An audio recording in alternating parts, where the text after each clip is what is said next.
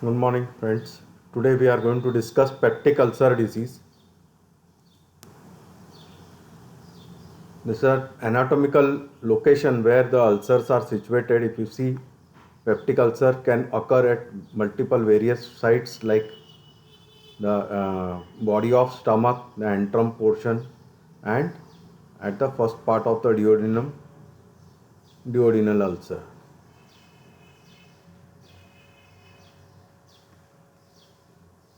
If you see the more detailed picture, almost this ulcer is penetrating right from mucosa to the submucosa. We are going to discuss peptic ulcer under the heading of introduction, pathophysiology, etiology or risk factors, types of peptic ulcer disease, clinical presentation, investigation or diagnostic test, complications of peptic ulcer disease, management, summary, references. Introduction. Peptic ulcer is a lesion in the lining of that mucosa of the digestive tract, typically in the stomach or duodenum, caused by the digestive action of pepsin and stomach acid. Lesion may subsequently occur into the lamina propria and submucosa to cause bleeding. Most of the peptic ulcer occur either in the duodenum or in the stomach. Ulcer may also occur in the lower esophagus due to refluxing of gastric content and rarely in certain other areas of the small intestine.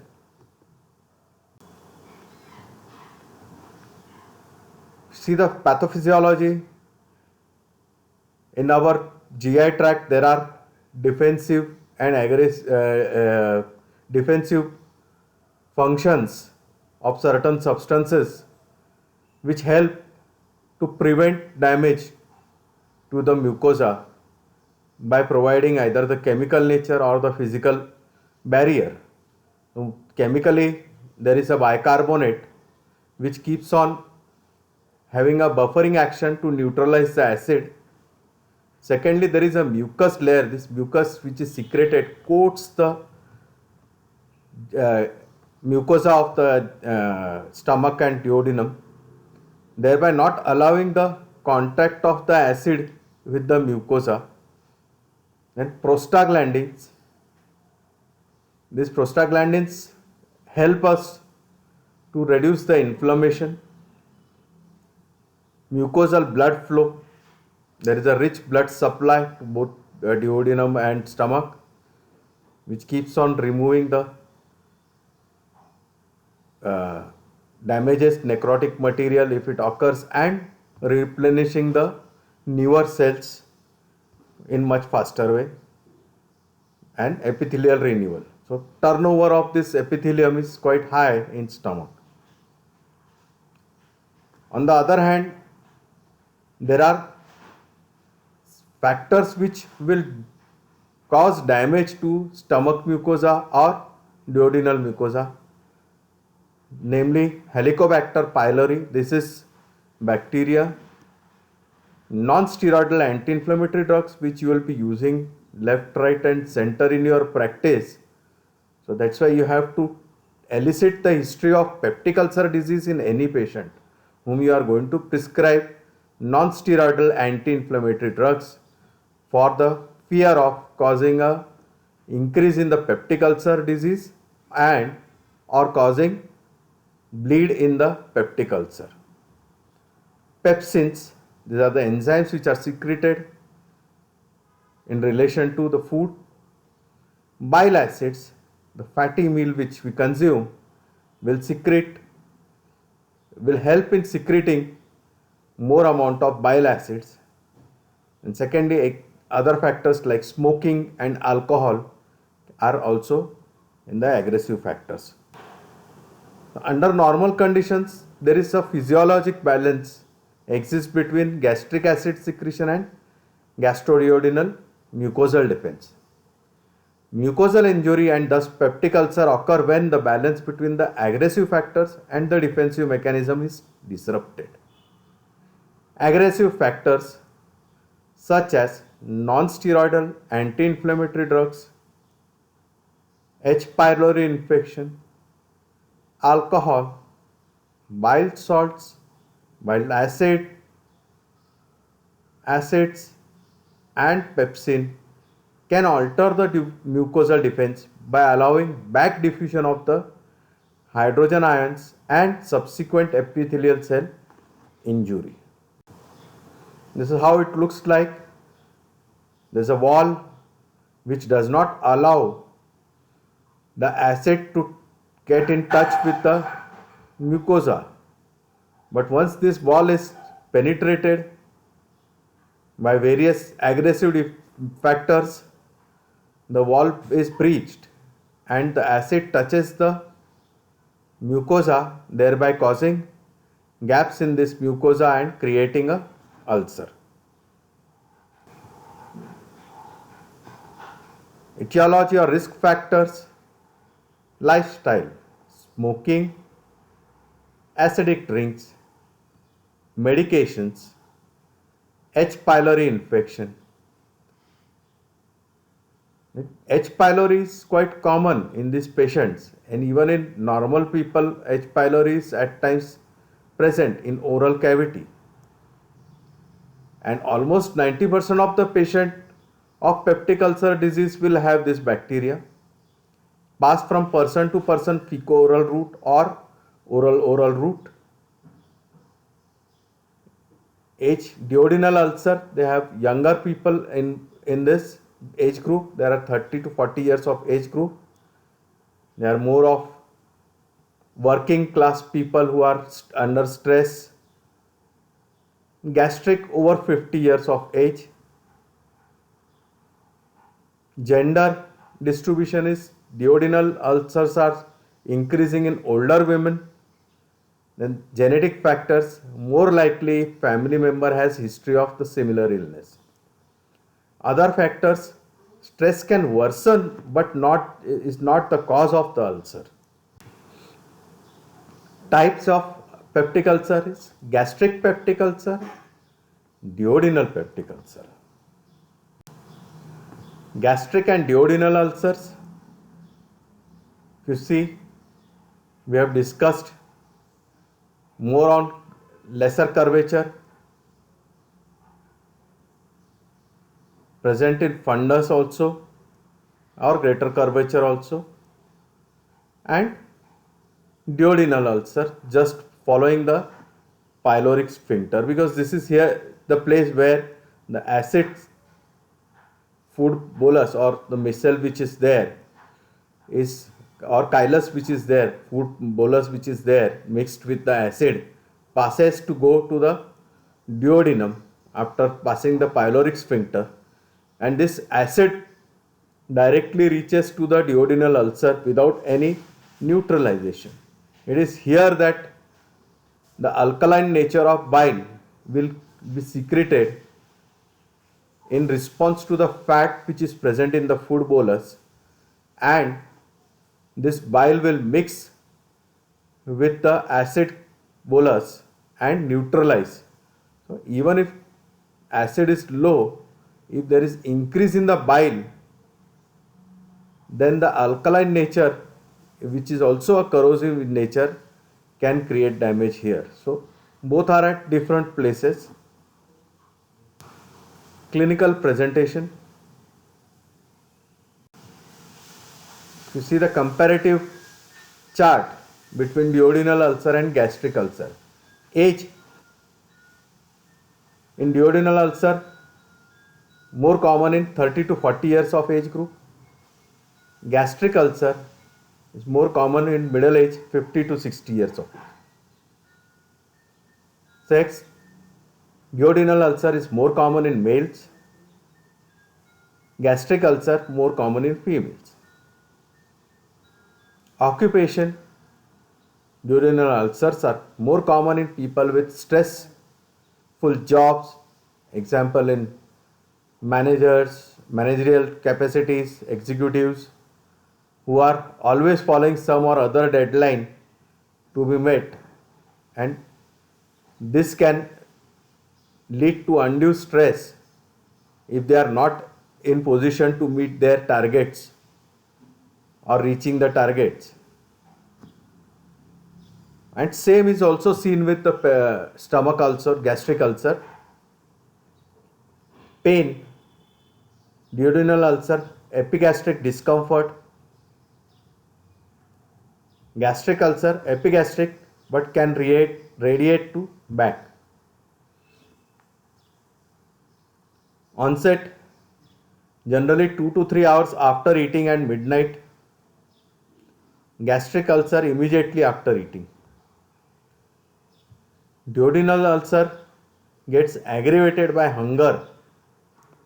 So that's why many times they over the net or other Google form of therapies, these patients search on their own thinking that they have duodenal ulcer, and some suggestion comes that they have to eat frequently. If they stay hungry, they will get more amount of duodenal ulcer and the symptoms will be more.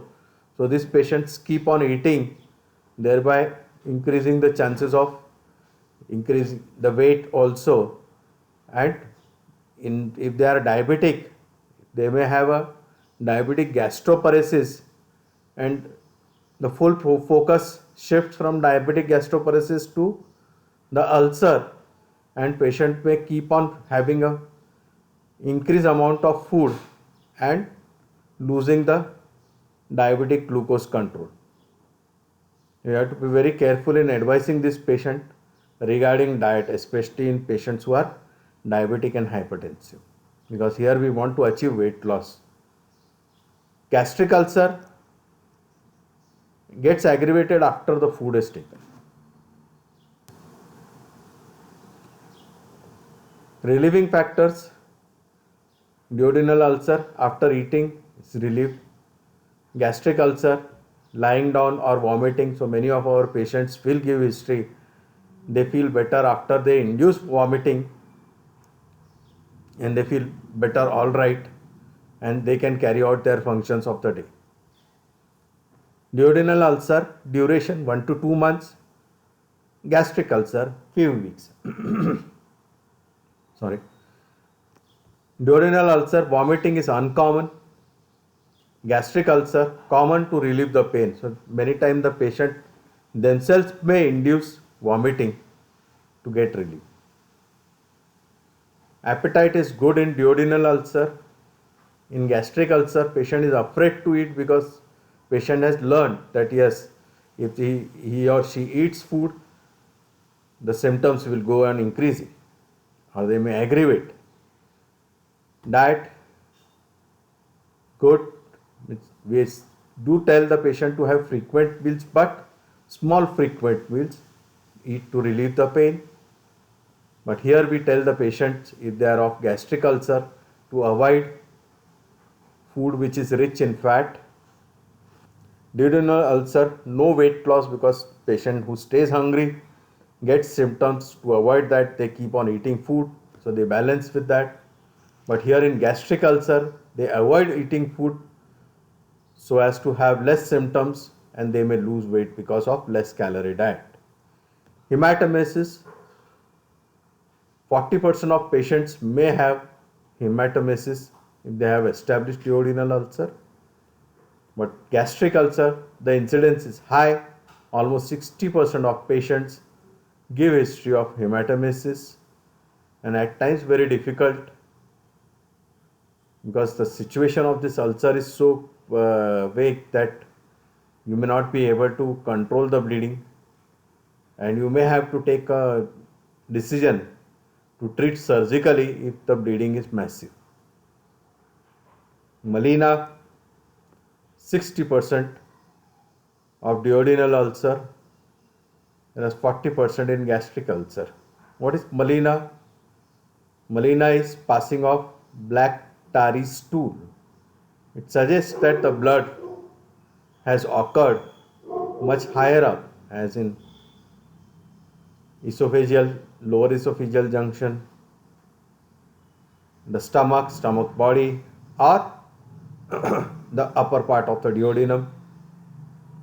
If the bleeding has occurred there, upper part of duodenum still has some acid, stomach definitely has acid. This converts the acid, this acid converts the hemoglobin into acid hematine, and subsequently the color which comes is because of the action of bacteria present in the large intestine. They keep on altering the iron which is present by oxidation and reduction, and thus we get a black tarry stool. So you have to keep on asking in history whether patient is passing black tarry stool. This is common especially in patients who are having iron deficiency anemia.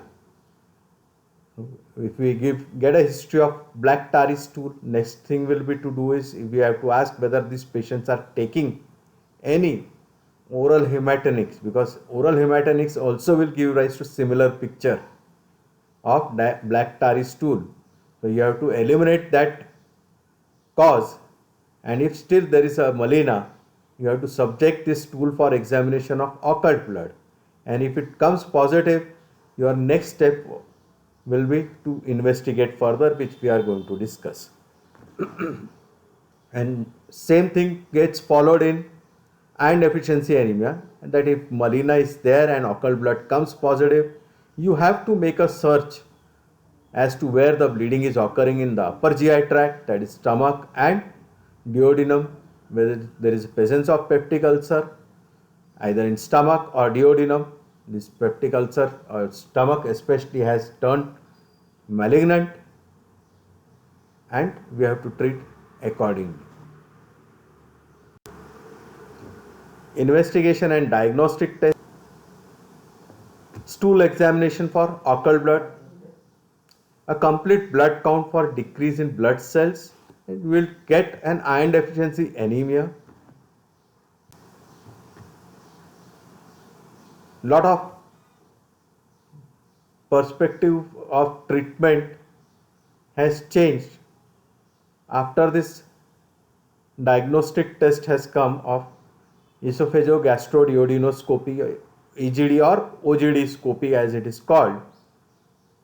Earlier, when treatment was available limited of oral drug treatment and majority was surgical, so oral treatment which was available used to have a warning on the box or the strip that patient needs to be investigated, and stomach cancers or gastric cancers are ruled out, or Zollinger-Ellison syndrome or gastric cancers are ruled out, and then only this H2 receptor antagonists are given, because we should not miss gastric carcinomas, because we are not be able to treat gastric carcinomas with H2 receptor antagonist. We will require a special surgical or chemotherapy, and it is very malignant disease, and mortality is quite high if diagnosed late. So there is to be a warning, and for that purpose the investigation of choice was OGD scopy, from where we can take a biopsy also and can subject and confirm by histopathology that this is gastric carcinoma. So endoscopic procedure, patient do get scared that there is going to be a tube which is going to be put inside the mouth to the esophagus and the stomach, and lot of anxiety is there, but with good technique lot of anxiety is relieved, and people nowadays are happily undergoing this OGD scopy for ulcer and carcinomas. What do we do with endoscopic procedure? We can directly visualize the ulcer crater, and we can take a tissue biopsy to rule out cancer, and we can take also this biopsy for showing presence of H. pylori bacteria, because the treatment will differ in this case. Otherwise, we can go for an radiological investigation, which used to be the cornerstone in pre-endoscopic era. Barium swallow, and especially it was easier to demonstrate the gastric carcinoma with this in those days, but we were not able to take biopsy, and for that purpose then surgical procedure used to be carried out, or otherwise the x-rays that visualizes the structures of the upper GI tract. Then came implication that H. pylori is responsible for this ulcer. Once it was proven, urea breath testing came in a large way to show that this ulcer is probably because of H. pylori, and treatment was instituted for the same.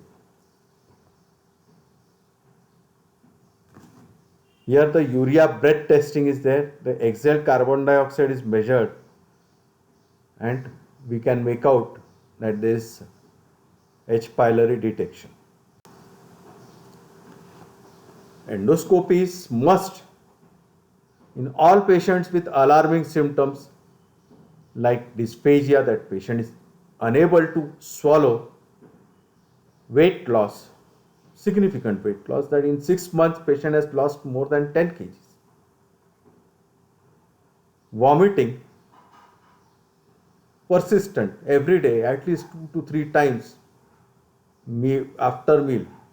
Induced vomiting for gastric ulcer is different, but here it is vomiting, either physical stricture has occurred or physically, or lot of acid is secreted which causes vomiting. Anorexia, patient is not able to eat food. Hematemesis, frank blood in vomitus, or melena, passing of dark black tarry stool. We have to perform early endoscopy for diagnostic purpose.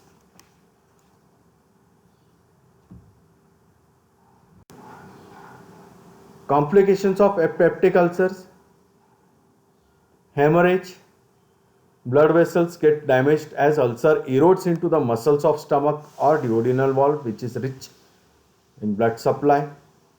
There is coffee ground vomitus or occult blood in tarry stools. Perforation: an ulcer can erode through the entire wall, through and through, and create a hole in that wall, and the gastric content or the duodenal content are spilled into the peritoneum, causing peritonitis, where patients will come with either first pain, tenderness all over, guarding, rigidity, and frank peritonitis. Patient can go in septicemia if the patient neglects this. Early recognition is the key.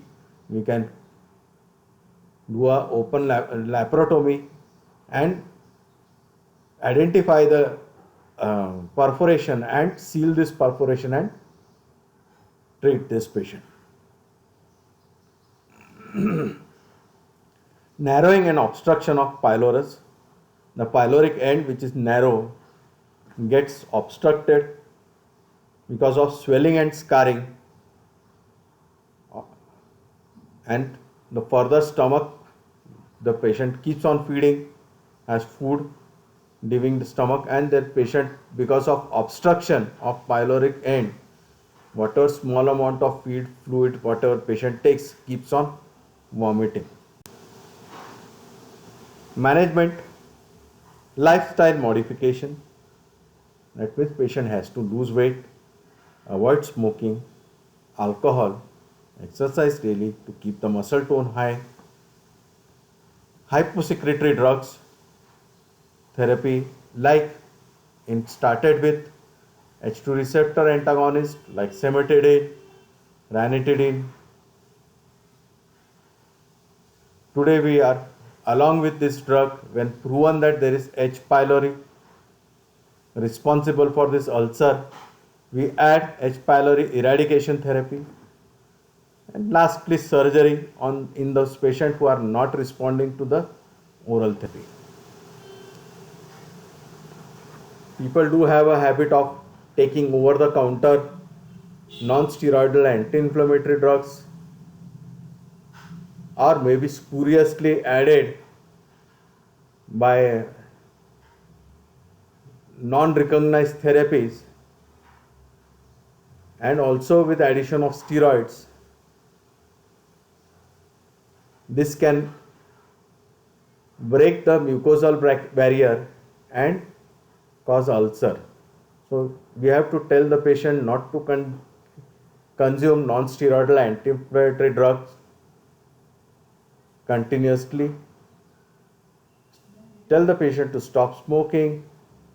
In our country, there is other form of addiction of tobacco, that is chewing, which is very common. We are happy. We are like those Pablo Picasso and Raphael, where we keep on seeing those corners of the wall or of any building, or the pillars are painted with these tobacco stains and pan stains. So, this tobacco directly reaches, or the substances or the saliva which is mixed with this tobacco juice reaches the lower esophageal sphincter. It can cause lot of spasm mimicking angina. The same fluid when reaches the stomach can easily cause peptic ulcer. So you have to tell them to stop tobacco immediately if they want to get treated for peptic ulcer. Alcohol cessation, similarly, directly toxic to the ulcer. Stress reduction, psychotherapies at time may be required to this patient. Hyposecretory drugs. Nowadays, proton pump inhibitors, lot of bad news do come for proton pump inhibitors, that it can cause increased chances of myocardial infarction. You have to be very careful in using those proton pump inhibitors. It suppresses the acid production directly. Drugs like omeprazole, esomeprazole, lansoprazole, rabeprazole are available for treatment as proton pump inhibitors.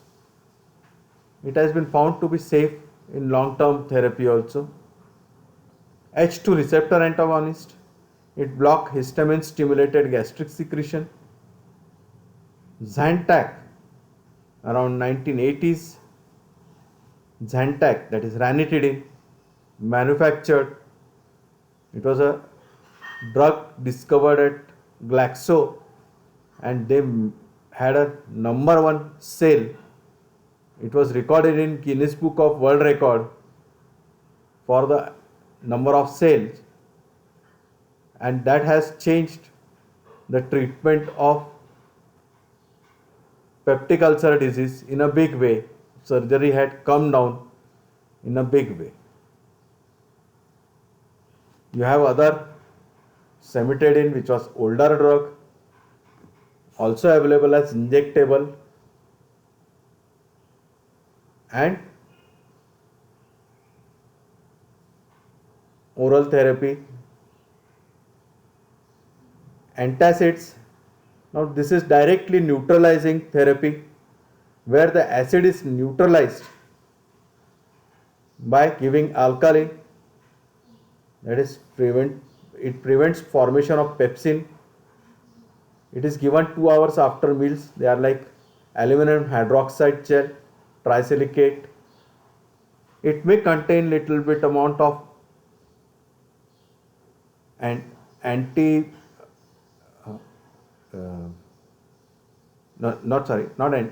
mucoprotective agents in combination, or it may also have analgesic like effect, oxytocin. So the pain also gets relieved along with this antacid therapy. It may be given in combination or a mixed formulation. Prostaglandin analogs, this has helped in people who require non-steroidal anti-inflammatory drugs for a longer duration, especially of autoimmune disorders where joints are involved and there is huge amount of pain, or patient who are of cancer and require painkillers for their cancer treatment. So non-steroidal anti-inflammatory drugs which are being used can cause mucosal damage, which is prevented by these prostaglandin analogs like misoprostol. This reduces gastric acid and enhance the mucosal resistance to injury.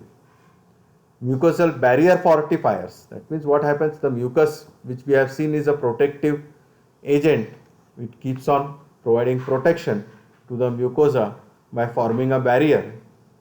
These are carafate or sucralfate, which is also given for healing of ulcer, because it will coat the ulcer base and the ulcer completely, not allowing the acid to touch the ulcer continuously, and faster healing occurs on the ulcer. H. pylori eradication therapy, along with proton pump inhibitor, you give two antibiotics that they are called as triple therapy. Bismuth salts were used earlier and therapy was started and founded in Mumbai KM Hospital. Now we use metronidazole plus clarithromycin or clarithromycin plus amoxicillin for 2 weeks along with proton pump inhibitor, which helps to heal the ulcer. Surgical treatment, failure of medical treatment, development of complications, high level of gastric secretion and combined if they have both duodenal as well as gastric ulcer. Principle is to reduce the acid and pep secretion. Types of surgical procedure are gastroenterostomy, not very important for you to be discussed, but you must know what are the surgical therapy. So any very elderly octogenarians, they may give this history that they have undergone this kind of procedures for peptic ulcer. Vagotomy, very popular in past, pre H2 receptor and proton pump inhibitor, whereas selectively the vagus nerve branches were dissected, which was responsible for stimulating the acid secretion. Other surgical procedures are mostly the bypass type ones. They are pyloroplasties, antrectomy, that means you remove a portion of stomach which is responsible for secreting the acid, thereby reducing the amount of acid. Then you have subtotal gastrectomy, a large portion is removed, as in Billroth 1 and Billroth 2. Now how Billroth 1 is, how Billroth 2 is. Post-operative care, you have to keep this patient on the nasogastric tube, monitor for post-operative complication. Post-operative complications are bleeding, duodenal stump leak, gastric retention, dumping syndrome, anemia, because now iron absorption is decreased because of rapid gastric emptying, and malabsorption of fat, especially when the duodenum is involved. In summary, H. pylori is the most common cause of peptic ulcer disease and is a risk factor for gastric cancer. H. pylori eradicates, or H. pylori eradication reduces risk of disease recurrence. Test and treat strategies recommended for patients with undifferentiated dyspepsia. Initial evaluation with endoscopy is recommended for those with alarm symptoms or those failing treatment. Optimum treatment regimens are 14 days, multi-drug with antibiotics and acid suppressant like in triple therapy.